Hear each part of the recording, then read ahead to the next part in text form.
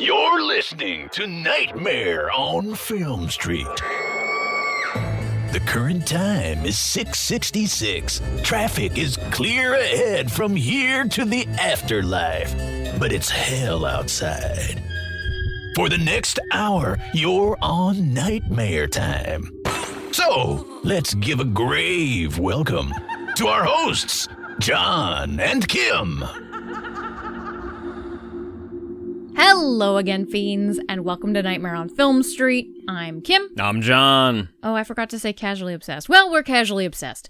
This week, we are finishing off our Murder Italiano double feature with Stage Fright. Yeah, and, not to say anything negative about last week's movie, but this is what I'm looking for when I sit down to watch an Italian horror B-movie. I want somebody... B-movie? What?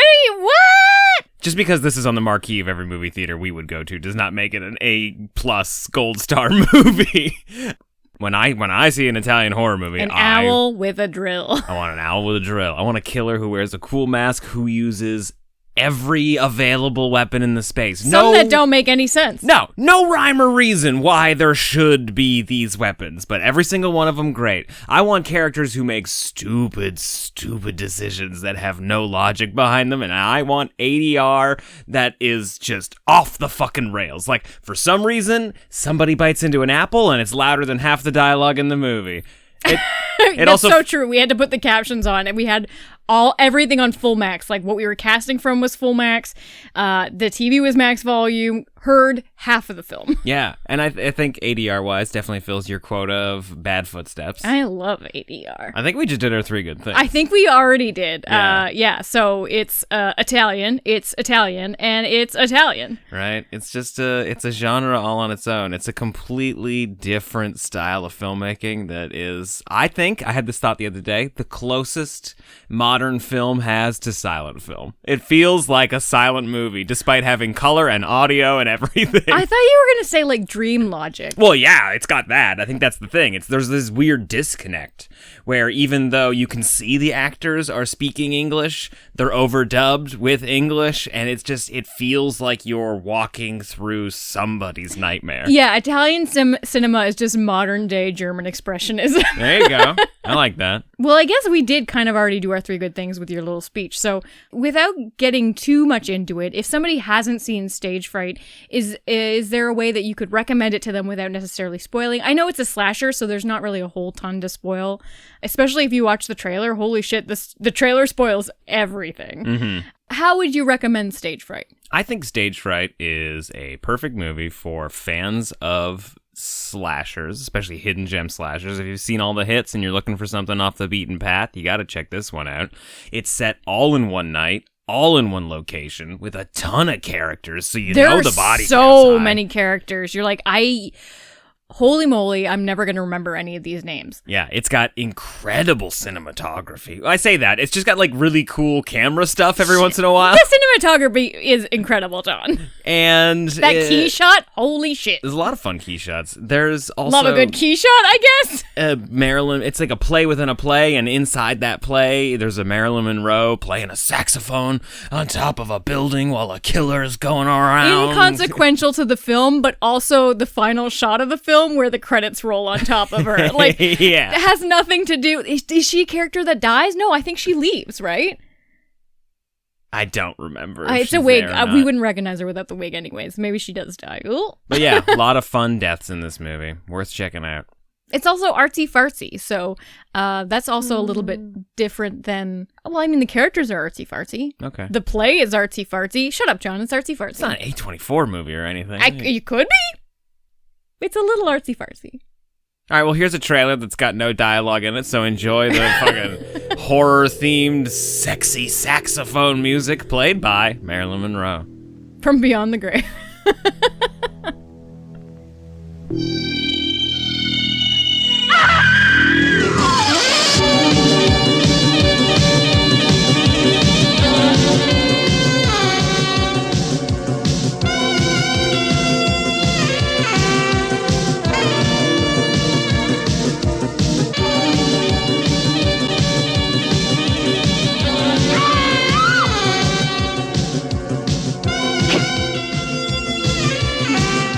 Maniac is hiding in here.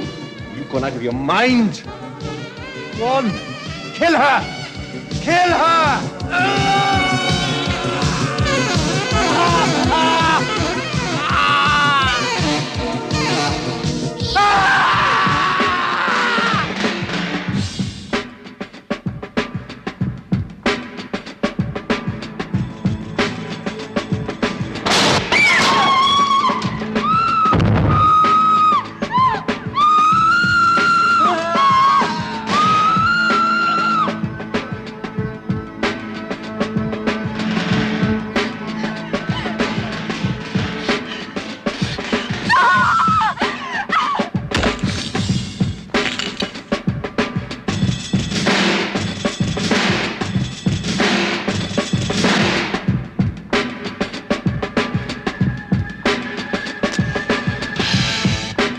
So what are we gonna do now?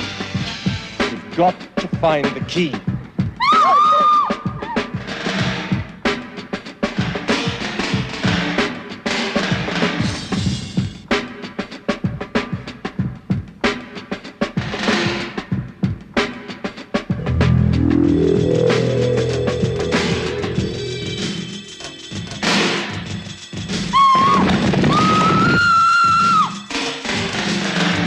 Stage Fright, also known as Aquarius, and both titles showed up on our movie. Released in Italy as Deliria, is currently sitting at a 6.6 out of 10 on IMDb, a 91% on Rotten Tomatoes. Wow. Bizarre. 60% audience score, though, which, I mean, frankly, we should probably just start doing the audience scores. And a 3.5 out of 5 on Letterboxd. Were you faked out by the beginning of this movie? Because it starts with like, oh, we got a prostitute who's on the street looking to turn some tricks, and she's clearly not getting any business. There's a pile of cigarettes underneath her feet. She's been stomped. She like lights a cigarette, takes 2 puffs, stomps it out, and then we track up her like silk stocking legs up to her bad wig, and then she's just like huffing and puffing, walking around the street until 2 hands come out of the dark alleyway and strangle her from behind. And it's like a really cool sequence, but then everybody starts dancing. Like everybody in the street's like, oh, did you hear that? I think somebody cried bloody murder. And then they're investigating. And then they dance. Yeah, they leap into the air. And then an owl man comes out of the darkness. And ooh, I've got spirit fingers. Stay away. I think you asked a question in that. Did I believe it at first? I'm gonna say no, because of the building like facade was a telltale giveaway that this was like a play set. You know, and there was the neon sign that said drugs. Yeah, I loved it, world. though. Yeah. I fucking enjoyed it. What a great idea for a slightly abstract musical to do the story of a slasher. Now, the director, he gets a little weird on it. Like, he's like, what about if she rapes her rapist? You're like, okay, buddy, I don't know if people are going to be fucking putting on their nice outfits at 8 p.m. and going to see this. But the idea of doing a slasher as like an animated song and dance, yeah. I would go see that. Well, of course you would. Yeah. I would go see it. But he's got a real cool idea. Like, I'm skipping over like a half hour of the movie, but he's got a real cool idea when one of the girls dies in the parking lot and the reporters are there covering this murder. That body is not even warm when he suggests it. He's like, yo, everybody leave except for the lead cast. We got a plan. Yeah, and also, I'd like to talk to the reporter, please. And how about how, we're going to change Life the imitates play. art. Yeah, like he's trying to be a provocateur with the play already, and his angle here now is that we're going to change the play to reflect real life, and that this play is going to be about the man who just escaped a mental institution and is on a rampage killing my actors. Like, I'm going to change the character's name of the play. The killer is now Irving Wallace, the man we assume responsible for this murder. Everybody just knows who killed this girl in the parking lot right away. Well, he escaped the mental hospital. So?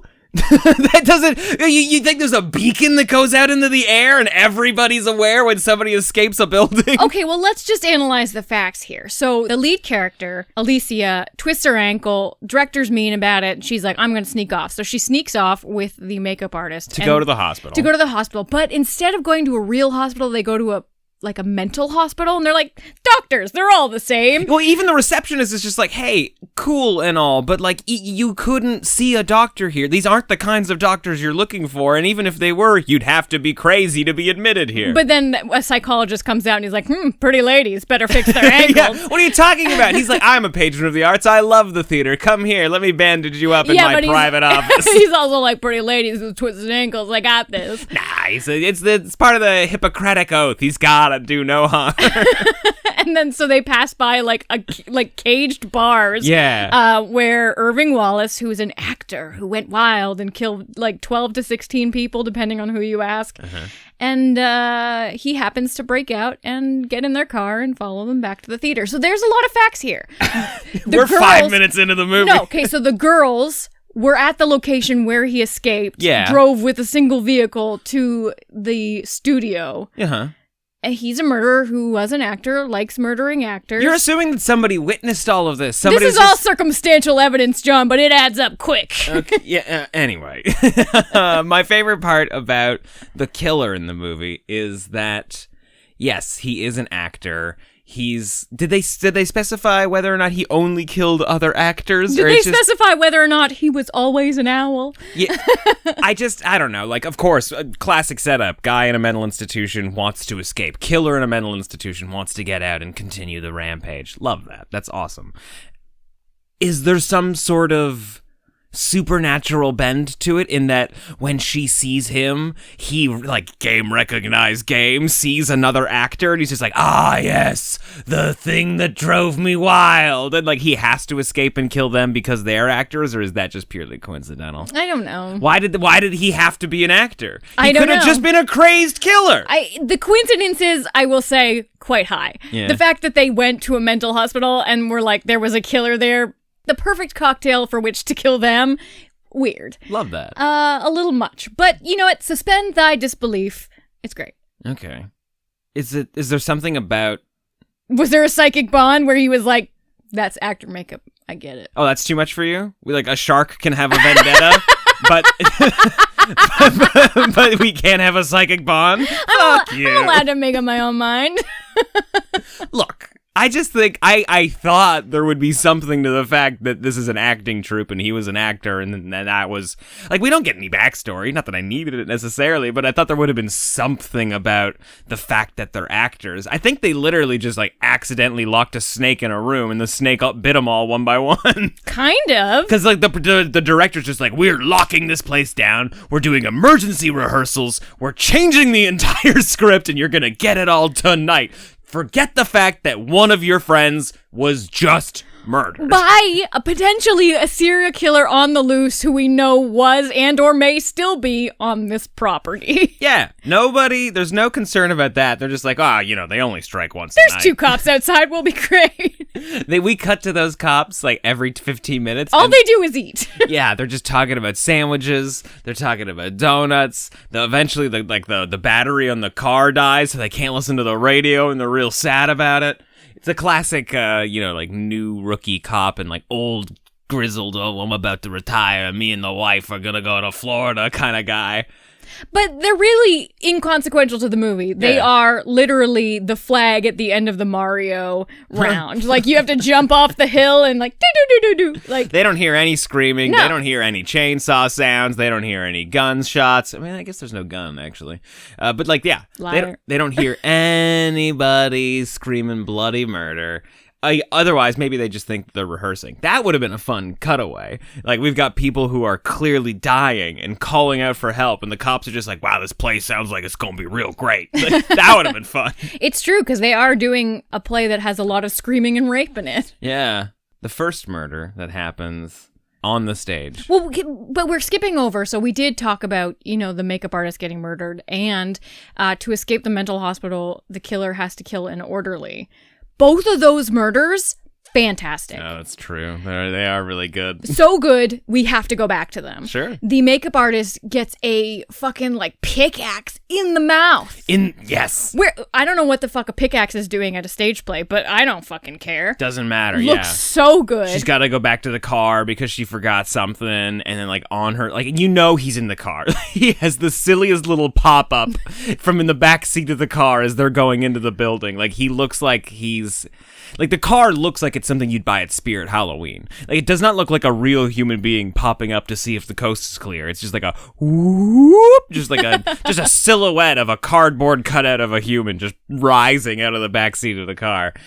So you know he's there. There's tension. She's going in the car. She's rifling around, but like, oh, we don't find a murderer. Cool. Coast is clear. Maybe he's escaped. He's already in the building. And then wham! A fucking pickaxe to the face. Like Jason Voorhees style pickaxe to the face. Yeah, like force and everything, so much so that she crumples backwards and her knees fold in. Yeah. Like, it is wonderful, and it's such contrast to the first death of the film, which is done so, like, subtly and artfully and off screen. Well, he's like he's got to escape, you know. He's sneaking out. So an orderly goes in to, like, you know, update his medications or feed him or some shit, and It looks like he's going in just to drug him some more. Like, oh, I think he's gonna be awake again. Better put him under.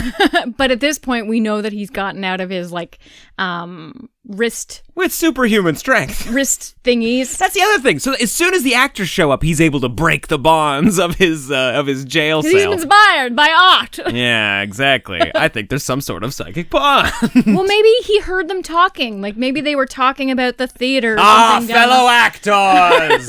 My batteries are charged. Well, that psychiatrist was like, I love acting. I or must some tread shit. the boards once more. Oh, you think that's also like the doctor has been talking about? Like, there's a buzz in the air about a new play, and he's got to audition. No, they walked past the hallway. He could have heard them literally say, like, oh, you twisted your ankle acting, eh?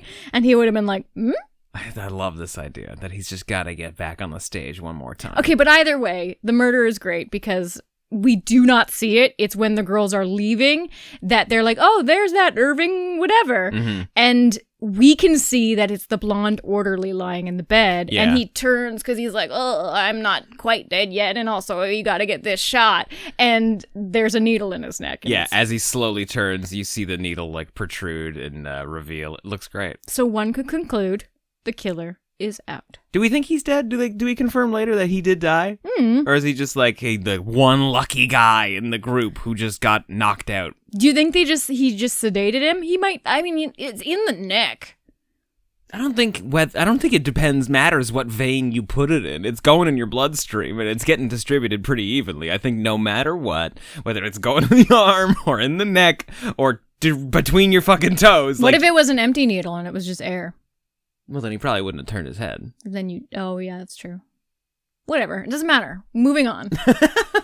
Yeah, so first kill on the stage. The director has just told everybody to shut the fuck up and get back to work, and the producer's there as well with a briefcase full of cash. He's so great because he looks like he's in the play playing a producer because he's got like a fedora, a briefcase of money. He's wearing like a wool suit. Like this is the immersive part of the play where he's in the audience. Yes.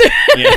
This is actually an escape room. Oh, that would be such a cool idea. Like you have a fake producer who's going around just like trying to like bribe critics in the front row, but like it's all fake. The money's got like an owl on it instead of the president. Oh, I love that.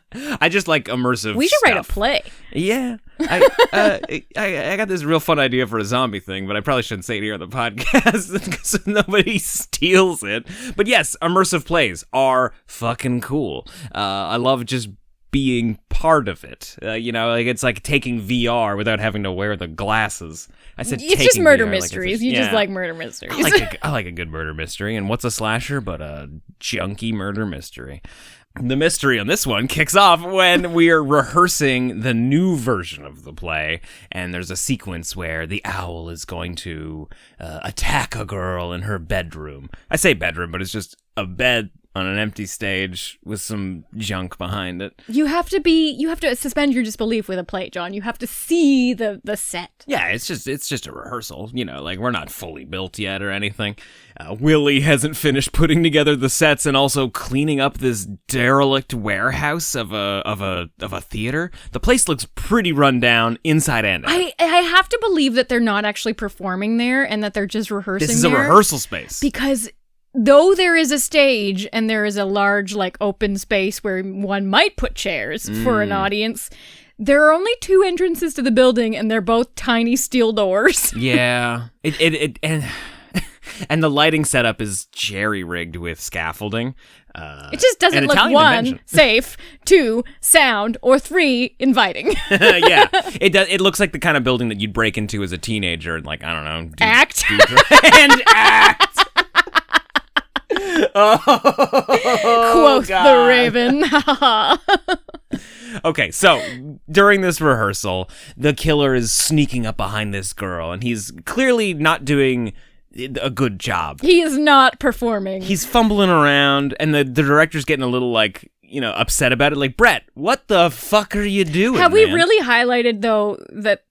I mean, we did say owl mask a couple times, but this person is wearing a giant owl head. Massive. So, unless you could see through body mannerisms, you would not be able to tell who is wearing the mask. Not at all. It's No. not just Jason Voorhees' weird bulgy head out the back. It's a full mask. It's if an owl was human sized, that's how big the owl head is, and there's the rest of the costume is not wings and feathers and shit. It's just a guy in a leotard wearing an owl mask, a huge owl mask, and he's just kind of nervous and skulking around he doesn't know what he's supposed to be doing, and then he lunges out and attacks this girl, and the director's giving him notes, come on, kill her, strangle her, and then he pulls out a knife, and the director's I don't know where the fuck that came from, but let's see what happens.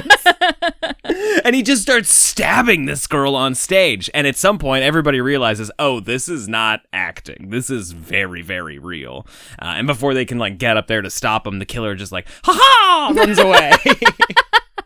How owl of a sound. And I think we were both having a really hard time watching this girl die because her final moments are just watching everybody go oh, that's fucking weird. I don't know what to do. Should we maybe call the cops? I don't know, I guess. It's just a whole bunch of people that you would hope are springing into action to save you. Well, one person tells her, it's okay. We're calling, an ambulance is coming. The police are coming. The nurses are coming. And somebody runs back and tells her the phone is disconnected. Not the person that shouts at her dying body, oh no, the phone! Yeah. No help is coming! Don't fucking tell her that in her last you moments. you want to be hold on, be strong, stay awake, hey, stay with us here. Don't worry, everything's gonna be fine. But then also while she's dying in this moment, the director tells everybody that he gave her the key for safekeeping and told her to hide it so that, nobody would leave or escape and they would finish the rehearsal. And so they're shaking this poor dying girl where's the key?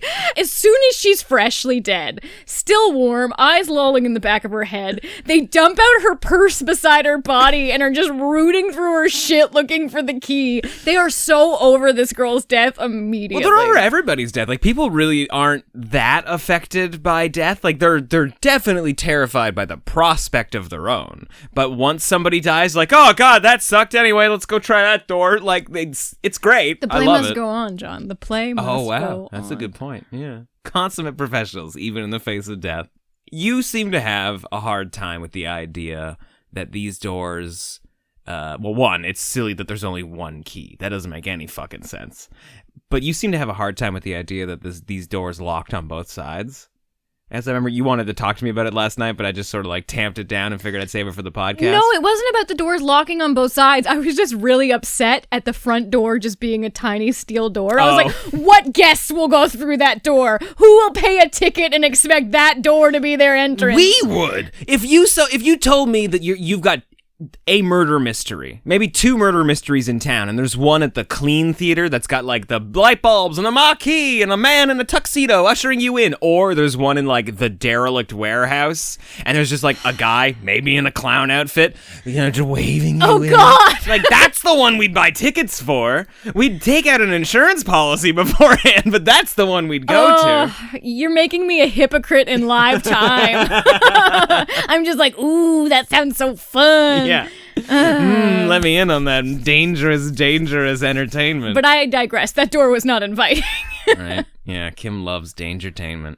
Okay, well, I thought you had an issue with the key thing, and like No, I don't care. I can suspend disbelief on door locks. Yeah, I definitely like lived in a house for a little while that had locks on both sides. Like, to get out, it wasn't like you had a padlock. Did where you turn rent a thing. murder house? It seems like it. Yeah, it terrified my parents. They always left the key inside. They're like, do not take this key out ever, because if there's a fire, we're all gonna die. Wow, thanks for saying that. It's just like, in the event of an emergency, we want to make sure that everybody has the ability to unlock the doors. Not like in this owl murder movie. I did get in the habit of like checking to see that the key was in the lock before I went to bed, though. like every night? Yeah, the same way that I walk around our house making sure every door is locked so we don't get killed by a serial killer. In the woods. Yes. In the dark. This is where it would happen. There are no witnesses. Okay, John, stop. Okay, let's slow down. Let's go back to the fictional horror, thanks. Ah, yes, the owl. He's picking people off one by one, and every single one of these deaths is pretty fucking rad. Honestly, creative. Points for creativity. He makes sure that no death is the same as the one previous. Mm-hmm. We have like an arm through the door. I know I already mentioned Jason Voorhees, Another but it's Jason very Voorhees move. Or Michael Myers. Michael Myers has done that too. Sure. And he gets a giant screw drivey thing. Yeah, so like all the actors have barricaded themselves in like a green room, a dressing room, because they know that they can see the guy on the outside. So they're just like, we gotta hunker down here, and we're like, we'll defend ourselves. But he hand through the window, grabs a guy, which you don't think is going to be that dangerous. Like, oh, whatever. No, because all the girls are like, smack, smack, smack, stop, smack. And then he has a drill that goes through the door and through his guts. Body double style. Or the Slumber Party Massacre style, drill through the door. It looks so good. Also, in the chaos of this, where they're trying to like get his arm off, they spill a bottle of fake blood on the floor, and then the next shot is like a whole bunch of real, quote unquote, blood going on top of the fake blood and being even darker, and like, oh, that's how you know it's real. Man, I love a drill kill. It's good every time. You know what? It is very good, but still not the best kill in this movie. The absolute best kill in this movie is the rafter kill of the pregnant girl, who I don't know what her role is in the play. I don't know, maybe she was the Marilyn Monroe playing the saxophone? Oh, maybe. Yeah. Or she could have just been like a stagehand, because her and her boyfriend spend much of the movie just like behind the sets, like whispering about being pregnant and keeping the baby. Yo. Oh, yeah. It's like, well, we're going to keep this one this time. Don't worry. Everything's fine. Love's going to solve the day. She has morning sickness at midnight, I think. It's anytime sickness, Sean. I wasn't planning on bringing that part up, but the point is she's throwing up in a sink and her boyfriend finds her. That's how they know that she's pregnant. And she's talking about like, oh yeah, no, I'm definitely pregnant again and we're going to keep it. And don't worry, baby, I love you. Kiss, kiss, kiss on your gross vomit mouth. It was really fresh. It was like 30 seconds from vomit to love kiss. She didn't rinse. There's no, like, whatever. Like, yeah, you like rinse out, wipe off, have a kiss. Like, don't worry. I know it sucks. I'm sorry. I'll be here for you, rubbing your back and getting you whatever sort of weird pickle peanut butter combo you want for the next 9 months. But like, goddamn, she definitely tastes like vomit. I know. And I know you're working. You might not have a toothbrush or, access to some gum. Maybe just like mouthwash with a Coca-Cola. Anything. Anyway, yeah, so she falls through the rafters up in at the upper area. I guess the rafters. They're in the rafters looking for the fucking owl killer because they spotted him up there with a spotlight. Because owls go up to the rafters. It's pretty rad. They think they find him, and then they hit him with an axe a few times. The director's like, I've had enough of this fucking shit. Fuck you, boy. And they pull the owl mask off only to reveal it's Brett. Oh, no. Poor Brett. In the understudy costume. Yeah, yes. He was originally the killer in the play. Obviously, he's been tied up since this killer's shown up on the building. But while they're skulking around trying to find the owl and avoid dangerous parts of the rafters that are falling apart, this girl falls through the floor and is hanging on for dear life. But clearly below, the killer's got her, and he's trying to yank her down. But the rest of the cast is trying to pull her up until they grab just the upper half of her fucking torso. Yeah, and there's like guts and entrails and a bit of like the end of her spine. Did you have any idea what happened at first? It was so jarring and sudden. One, I was just like, holy shit, I love this. Yeah. But two, I was like, she pregnant. Yeah. I was like, that's ballsy. At first, I thought that... The balls on that death. I thought at first that they just ripped her in half. Because here's the other thing to remember. This killer is so crazy, I guess. He's so crazy. He's got that craze strength that he's able to break his bonds in the mental institution where he's jailed up, and then also rip a girl in half with his bare hands. That's what I thought at the beginning. Until somebody jumps down to fight this guy. Keeping in mind that we're in the upper roof portion of the theater. Yeah, he jumps down into darkness, and it's like wet. He jumps down into like a pile of water. Like the sewer system? What? Yeah. It has been raining pretty violently outside, so we're just assuming that this is... Just a room on the second floor that's collecting water? Yeah. Okay, fine. Yep. And the killer meets him down there with a fucking chainsaw! Why is there a chainsaw in the flooded room? Don't care, but he's got one, and it's fully revved. We haven't heard it going, but he's like, just chasing him around with this. It kind of explains how that girl got cut in half. Honestly, and it's that whole death is, because he dies there in the wet room, is done with like flashlights from above shining down. Oh man, it's so good. It's so good. Man, that's how you would see an owl. That is how you would see an owl. That's also how they come out at night. You'd be like, "What the fuck is that sound?" And you would shine your flashlight, and you'd see an owl with a chainsaw killing a guy. Well, first you hear the owl out in the darkness. You hear him with his teeny little chainsaw. Ooh, rev, rev, rev. Yeah, that's how they spot him up in the rafters too, right? Like they're using the spotlight and they so catch good. him. So many great little details in this movie. Like I love making fun of it because it's got a lot of odd choices, but it does such brilliant shit all throughout. It's not like, just so wonderful. It's so great when you watch a B movie that doesn't have just like one or two little great moments. Like I'd say like half the movies we buy from Vinegar Syndrome, it's just like it's got a 5-minute chunk where you're like, this is an A+ movie. Justified the purchase. Yeah, the rest of it, I think, whatever. You don't have to pause it if you get up to go to the bathroom. Like, oh, you might miss John Saxon not wearing a shirt, but Pause.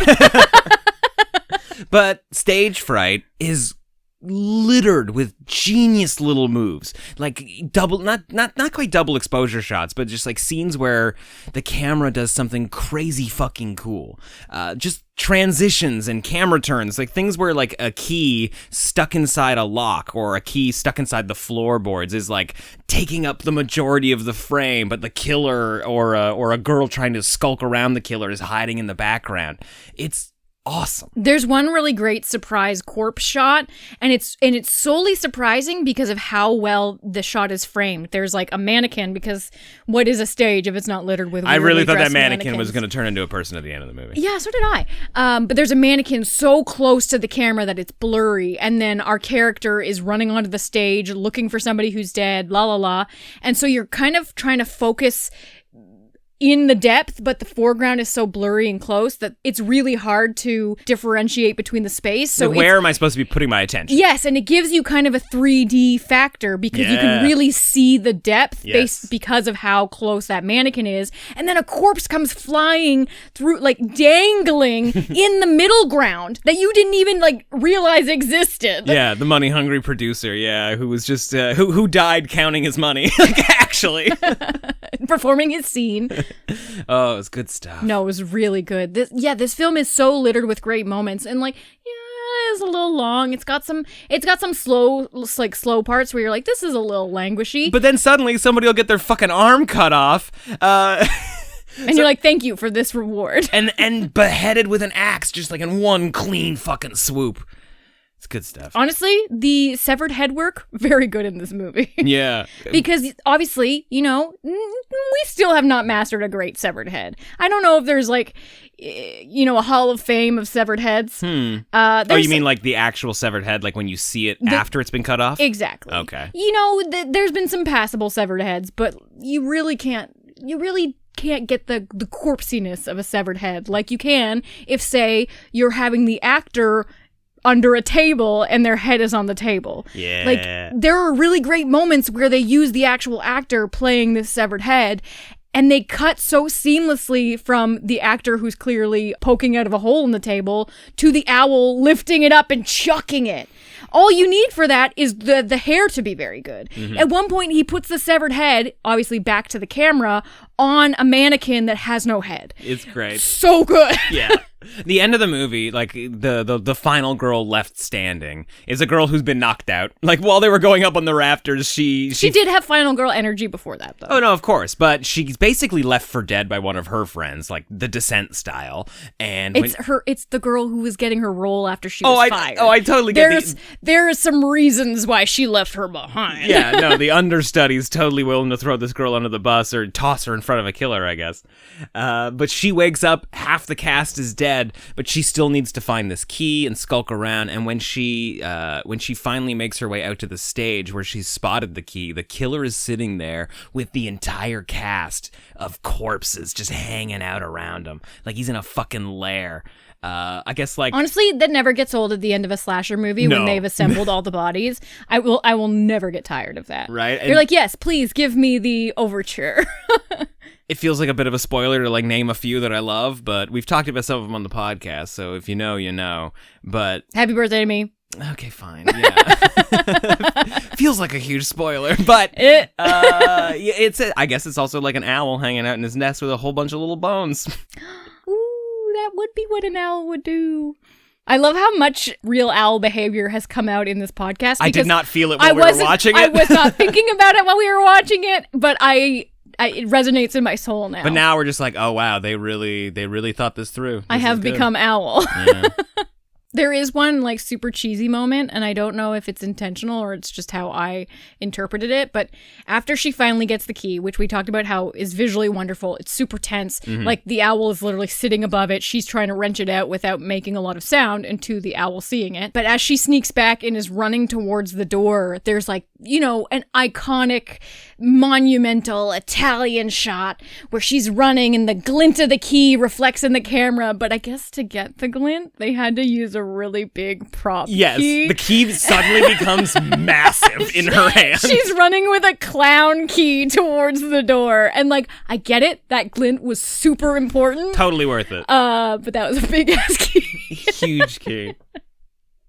Yeah, and she can't quite get the key to unlock the door. She gets into a scuffle with the killer, and then we get another staple of 80s horror, baby. We get a full body burn. She kicks over a fire that they've been having in a trash can. Yeah, there's a lot of trash can fires.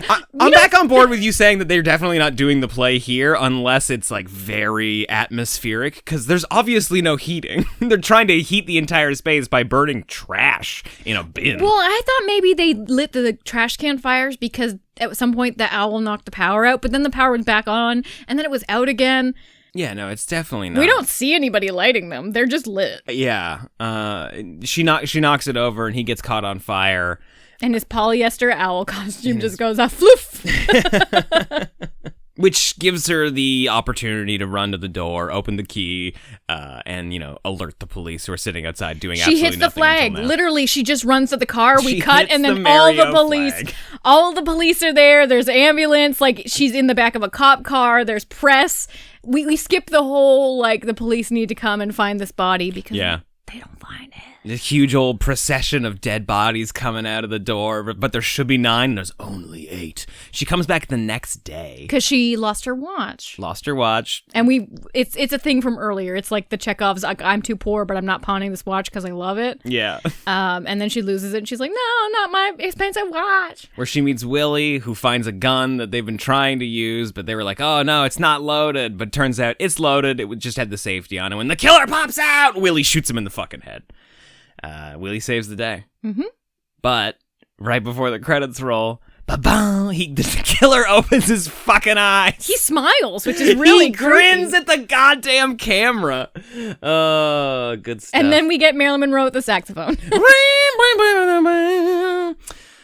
So yeah, you think he's got supernatural powers? He's got supernatural strength. I think the smile at the camera's got to exist like in another universe. Like it's just a fun way to end the movie. Yeah. Just go out on a bang. Yeah. Yeah. Like how Jason Voorhees, the kid, appeared in the end of Friday the 13th, the original. Yeah, no, it doesn't matter. It doesn't Like actually. that's not real. It doesn't mean anything. It's just It's a a nice, ta-da. Yeah. Ta-da. You got to go out on a ta-da.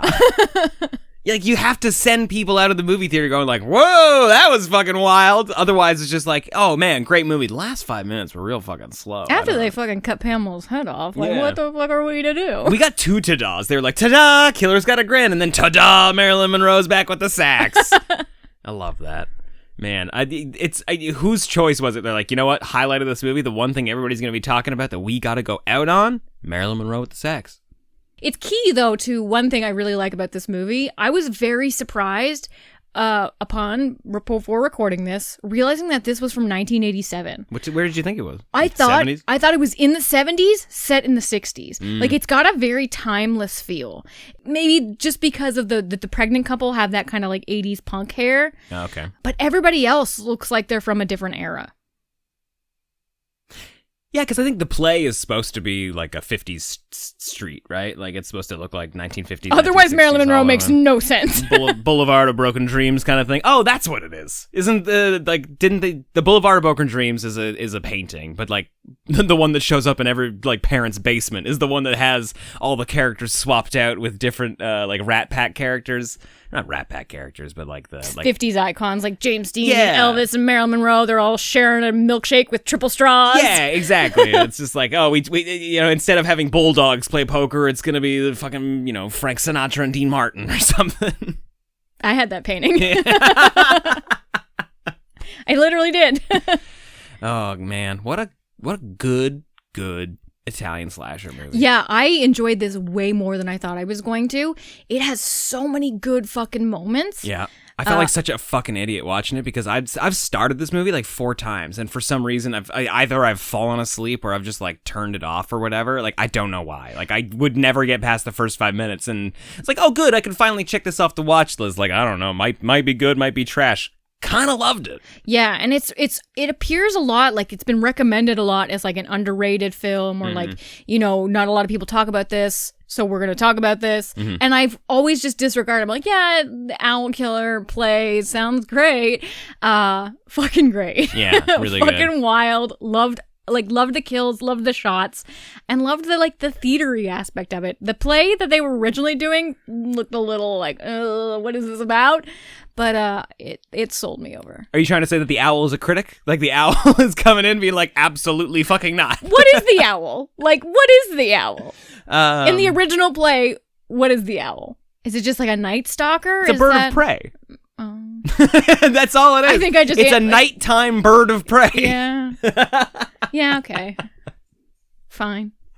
But yes, it's the power of the stage, Kim. It's eternal. You may die, but your work will go on, which is why the killer exists at the end of the movie. No, don't buy into that. This is me being dumb. No, I like it. Okay, I'm just gonna throw a rating on this, and we're gonna get out, so that way Kim doesn't keep believing all the weird dumb stuff I say. Honestly, about this movie. you're just spitting out facts today. Like, I can't even argue with the shit you're saying. These aren't even good takes. This is just like the best that like AI would come up with if you asked it what the metaphors of the movie were. Well, fucking John AI's hitting gold. All right.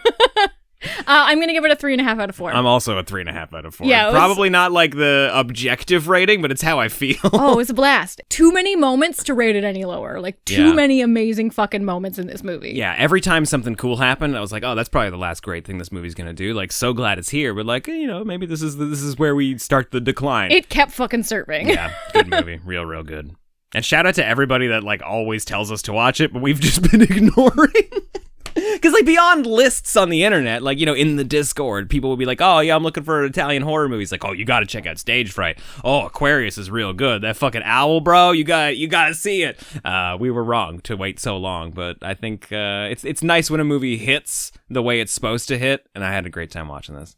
Yeah, and honestly, never a bad time to watch it. It's kind of got everything. You could watch it, like, delirious late in the middle of the night. Yeah. You could watch it at 8 p.m. Like, it is all of the weird vibes. Yeah. All of the vibes. It's a barn owl burner.